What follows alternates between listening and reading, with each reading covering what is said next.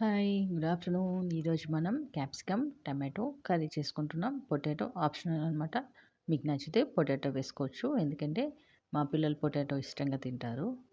మనం ముందుగా ప్యాన్ పెట్టుకొని ఆవాలు, జీలకర్ర వేసుకున్నాం. ఫ్రై అయిన తర్వాత పచ్చిమిర్చి, కరివేపాకు, ఉల్లిపాయలు వేసుకున్నాం. అవి కూడా ఫ్రై అయిన తర్వాత క్యాప్సికమ్, పొటాటో వేసుకున్నాం అనమాట. ఇలాగా పొటాటో ఆప్షనల్. పసుపు వేసుకున్నాం. ఇప్పుడు కొంచెం ఉప్పు వేసుకుందాం. ఇది బాగా మిక్స్ చేసుకొని ఒక 5 మినిట్స్ మగ్గనివ్వాలి. తర్వాత మనం టమాటో వేసుకుందాం. టమాటో కూడా వేసుకొని బాగా మిక్స్ చేసుకొని మళ్ళీ ఒక 5 మినిట్స్ మూతేసి పెట్టుకుంటే మనకి రెడీ అయిపోతుంది. తర్వాత కారం వేసుకుంటున్నాం.